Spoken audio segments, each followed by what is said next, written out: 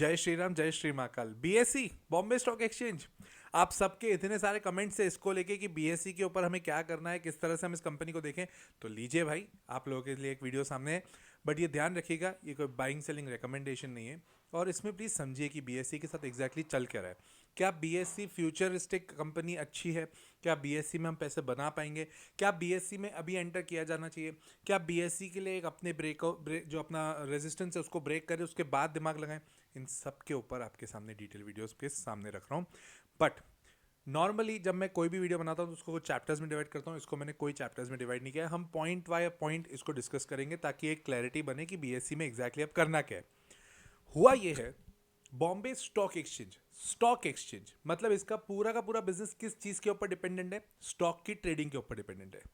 System ये है कि किसी को अगर बाय करना है या सेल करना है तो कहाँ करेगा? वो स्टॉक एक्सचेंज में करेगा। किसके थ्रू करेगा? ब्रोकर्स के थ्रू करेगा। अब जितना ज़्यादा टर्नओवर होगा, जितने ज़्यादा लोग ट्रेडिंग करेंगे, उतना ज़्यादा इस कंपनी को बेनिफिट होगा। आई होप ये वाली चीज़ आप सबको समझ में आ रही होगी। अब ये चीज़ को समझने के लिए अब थोड़ा सा हमें ब्रॉडर पर्सपेक्टिव पे देखना पड़ेगा। गवर्नमेंट, सेबी, आरबीआई, ये तीनों चाह क्या रही है? सबसे पहली चीज, सिचुएशन ये हो चुकी है अभी पूरे मार्केट में कि हर तीसरा या चौथा बंदा स्टॉक मार्केट में इन्वेस्ट करने की इच्छा रखता है या फिर कर चुका है।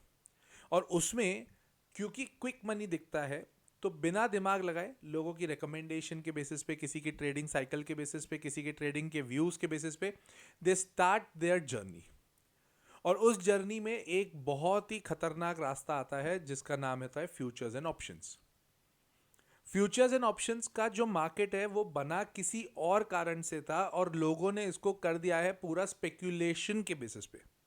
कहने का मतलब, अगर मुझे ऐसा लगता है कि आज नहीं तो कल रिलायंस का स्टॉक बहुत तेजी से बढ़ेगा और मेरे पास अभी पूरे पैसे नहीं है, बहुत ज़्यादा स्टॉक क्वांटिटी लेने का मन मतलब पैसे नहीं है, तो मैं क्या करूंगा, एक रिलायंस का लॉट खरीदूंगा फ्यूचर मार्केट में।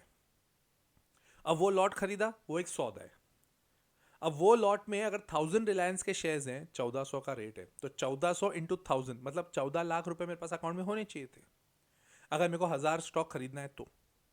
बट मेरे पास 14 लाख अकाउंट में नहीं है, मेरे अकाउंट में 5 लाख रुपए, तो भी वो सौदा कर सकता हूँ। मतलब आपने लीवरेज ले लिया, मतलब आपने एक लंबा अमाउंट ले लिया जबकि आपके पास पैसे कम थे। अब मार्केट किसी के ऊपर थोड़ी, अब ट्रम्प साहब जैसे ईरान के ऊपर वापस अटैक करने लग गए तो भाई ये हमारे हाथ में कंट्रोल थोड़ी है।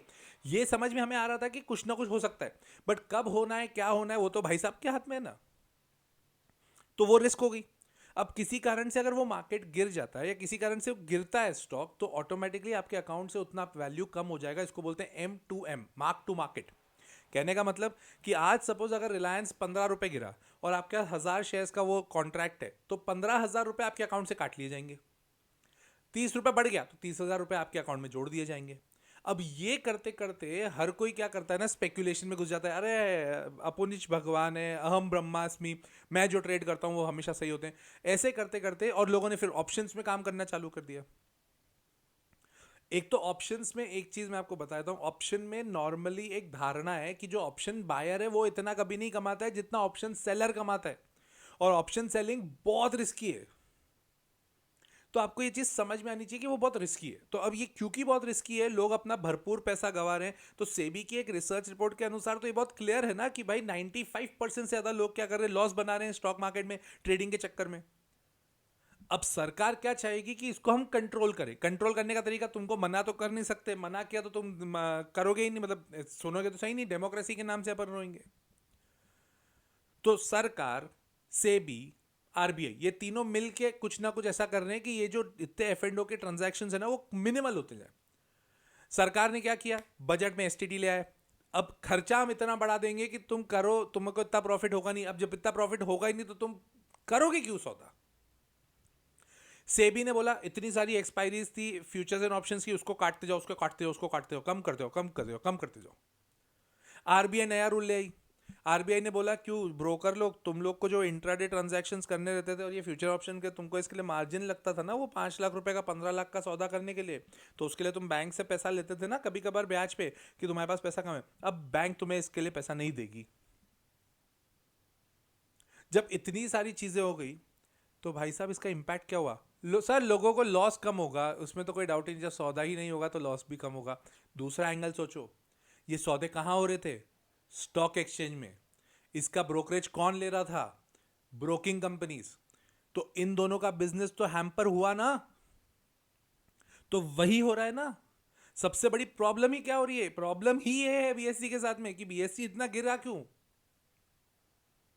क्योंकि अगर मार्केट में सौदे कम होंगे तो उनको फीस कम मिलेगी, फीस कम मिलेगी तो उनका रेवेन्यू कम होगा, रेवेन्यू कम होगा तो उनका प्रॉफिट कम होगा। 2024 में भरपूर आईपीओस आए, 2025 में भरपूर आईपीओस आए, 2026 अभी चालू हो गया, इतने आईपीओस अभी सामने दिख ही नहीं रहे। आईपीओ से भी तो फीस आती है एक्सचेंज के पास में। अब ये सब चीजें देखने आओगे तो बिजनेस तुम्हें हैम्पर लगेगा, बिजनेस में गड़बड़ लगेगा, जो कि सही भी है, गड़बड़ हुआ है बिजनेस। बट क्या ये बिजनेस लंबे समय तक गड़बड़ होगा? अरे नहीं भाई, कुछ ना कुछ रास्ता हम लोग निकाल ही लेंगे। हम भी तो शांति से बैठे, हमको भी तो ट्रेडिंग करनी है कि नहीं? मतलब हम अपनी बात नहीं कर रहे हैं, जनरली लोगों की बात कर रहा हूं। वो कुछ ना कुछ रास्ता जरूर निकालेंगे। अब अगर ऐसे रास्ते निकालेंगे तो बिजनेस आगे ना पीछे ग्रो होगा। पर जब ये न्यूज आती है तो at the end impact share price पे ज्यादा होता है। उसके साथ में क्वार्टरली रिजल्ट्स भी आए। अब दिसंबर क्वार्टर का अगर मैं रिजल्ट बताऊं तुम्हें बीएससी का, भाई साहब बहुत ही बढ़िया, मेरे को तो बहुत अच्छा लगा रिजल्ट। सेल्स 1244 करोड़ की थी, जो कि दिसंबर 24 क्वार्टर से कंपेयर करूं 768 करोड़ की थी। मतलब भाई साहब 50% से ज्यादा बढ़ी है 60% से ज्यादा बढ़ी है। ऑपरेटिंग मार्जिन पहले 31% का था, 100 रुपए पे 31 रुपीज कमाते थे, अब वो 100 रुपए पे 59 रुपीज कमा रहे। What you want? Profit after tax 219 crore से बढ़कर 600 करोड़। Amazing results. मेरे को रिजल्ट्स में तो कोई दिक्कत नहीं। हाँ, सितंबर क्वार्टर से कंपेयर करने जाऊं तो बहुत ज्यादा चेंज नहीं हुआ, क्योंकि सितंबर क्वार्टर में बहुत सारी फीस आने भी थी। 1060 करोड़ से बढ़कर 1244 करोड़, मतलब 15-20% वहां बढ़ा। पहले 64% कमा रहे थे, मतलब 100 रुपए पे 64 रुपीज कमा रहे थे, और इस वाले क्वार्टर में 100 रुपए पे 59 रुपीज कमा रहे हैं। तो वो वहां से थोड़ा गड़बड़ है बस। बहुत बड़ी गड़बड़ ये मेरे को नहीं दिख रही है। एफ की बात करें, होल्डिंग पहले 18% थे, अब 17% है, बहुत ज्यादा फर्क नहीं है। डीआईआईज ने पहले 11% थे, अब 24% हो गए। मतलब खरीद रहे ना ये लोग, क्या दिक्कत है? सही तो चल रहा है।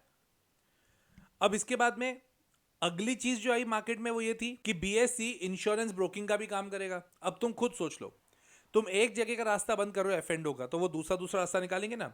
फिर उसके अलावा बीएससी अपना स्टार म्यूचुअल फंड भी लेके आया। क्यों लेके आया भाई? उसके अलावा अब आईपीओ में भी इसको प्रमोट करने, मतलब आईपीओ अभी इस साल बहुत सारे प्रमोट होंगे। ये सारी चीजें देखोगे तो बिजनेस में कोई प्रॉब्लम नहीं है। हाँ, एफ के कारण उनका रेवेन्यू गिरेगा, इसमें कोई डाउट नहीं है, बट वो कुछ ना कुछ नया रास्ता निकालेंगे ना। अब इंश्योरेंस ब्रोकिंग में भी आ जाएंगे, अलग अलग सिस्टम में आ जाएंगे, तो ऑटोमेटिकली इनका बिजनेस कभी कम नहीं होना। बीएससी हमेशा हमेशा आपके लिए एक बाय ऑन डिप का सौदा रहेगा, अनलेस एंटिल एनएससी का आईपीओ आ जाए और एनएससी के आईपीओ का वैल्यूएशन ऐसा आ जाए कि बीएससी बहुत महंगा लग रहा है। चांसेस कम है जिसके, बट अगर हो गया तो मार्केट है। उसके बारे में भी हम लोग बात करेंगे जब ऐसी कुछ न्यूज आएगी। तो ये चीजें बीएससी में आपको देखना जरूरी है। टेक्निकली अगर मैं बात करूं, जब तक 3000 के ऊपर है बीएससी स्ट्रांग है, नीचे उसका 2400 का एक सपोर्ट है। अगर आपको इतना डिटेल में सब सीखना है तो मेरा कोर्स है द लॉजिकल इन्वेस्टर, जिसमें फंडामेंटल, टेक्निकल और जियो पॉलिटिक्स तीनों सिखाई जाती है, किस तरह से उसको देखते। इन्वेस्टिंग का कोर्स है, ट्रेडिंग का नहीं है। अगर लॉन्ग टर्म इन्वेस्ट करना चाहते हो, भरपूर पैसा बनाना चाहते हो, तो वो आपके लिए कोर्स है। आपको चाहिए कमेंट कर दीजिएगा कोर्स, तो मेरे आपको टीम एक नंबर देगी, और अदरवाइज तुम एक टीम, ये नंबर मेरा आपको स्क्रीन पे भी दिख रहा होगा, उस पर आप रजिस्टर करा लो। अभी 2 लेक्चर्स हुए, वीकेंड क्लास होती है। अभी आप रिवाइव कर सकते हो अगर आपको करना है तो, ठीक है ना। रिवाइव कर सकते हो, मतलब 2 लेक्चर ही हुए हैं, तो आपको बहुत ज़्यादा बैकलॉग करना नहीं पड़ेगा। वीकेंड की क्लास होती है, भरपूर मज़ा आता है। आपको चाहिए, we can definitely contact on this number. You want to have testimonies from our students, you can talk to them directly, I don't mind, right.